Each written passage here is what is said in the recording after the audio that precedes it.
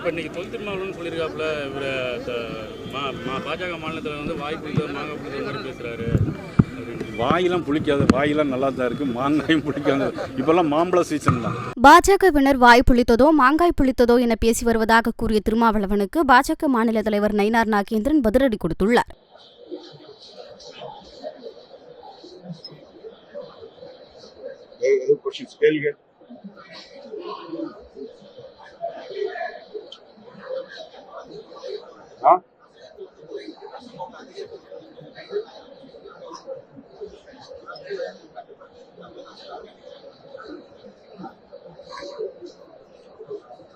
பாரதிய ஜனதா கட்சி தமிழ்நாட்டில் திமுக மற்றும் திமுக கூட்டணி கட்சிகளுக்கு எதிரான அரசியலை செய்து வருகிறது. அதனால் அவர்கள் எப்போதும் எதிர்மறையான கருத்துக்களை சொல்வது அவர்களின் அரசியல் நிலைப்பாடாகவும் உள்ளது. சட்டம் ஒழுங்கு பாதிக்கப்பட்டிருக்கிறது, கொலை கொள்ளை அதிகரித்திருக்கிறது என்று சொன்னால் அவற்றை கண்டிக்கிற வகையிலே அவர்கள் போராட்ட நடவடிக்கைகளில் ஈடுபடலாம்.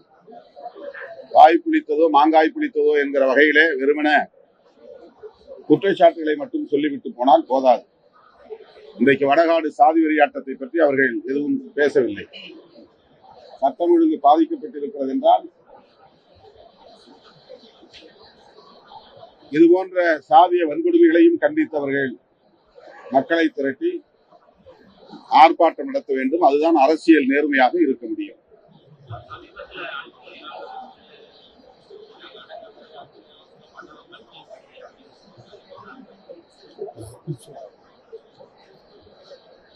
பல்லாயிரக்கணக்கிலே அல்லது லட்சக்கணக்கிலே மக்களை திரட்டி வைத்துக் கொண்டு அவர்கள் எந்த அரசியலையும் பேசவில்லை. கருத்தியல் சார்ந்த எந்த உரையும் அமையவில்லை.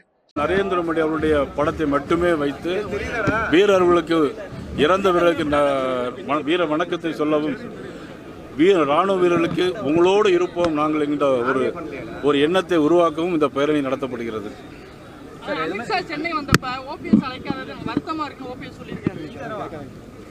வேற பார்த்துக்கலாம் அப்புறம். இது இன்னைக்கு இந்த இதை மட்டும் வச்சுக்கலாம்.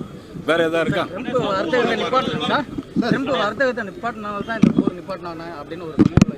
அதாவது பிரதமர் தெளிவாக சொல்லியிருக்காங்க. என்ன சொல்லியிருக்காங்கன்னா, நீரும் தண்ணீரும் ரத்தமும் ஒன்றாக முடியாது, யாருக்காக வேண்டி இந்த போரை நிறுத்தலை அப்படிங்கிறது தெளிவாக பிரைம் மினிஸ்டர் பேசியிருக்காரு.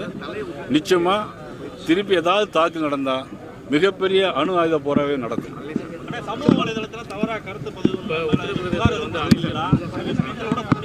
இது அதாவது இல்லை திமுகவை பற்றி பேசினா யாரும் புகார் கொடுக்கறது இல்லை. உடனடியாக வீட்டில் போய் அரெஸ்ட் பண்ணி கைது பண்ணி கொண்டு போயிடுறாங்க. அது இதுக்கு நம்ம புகார் கொடுக்க வேண்டிய அவசியமே இல்லை.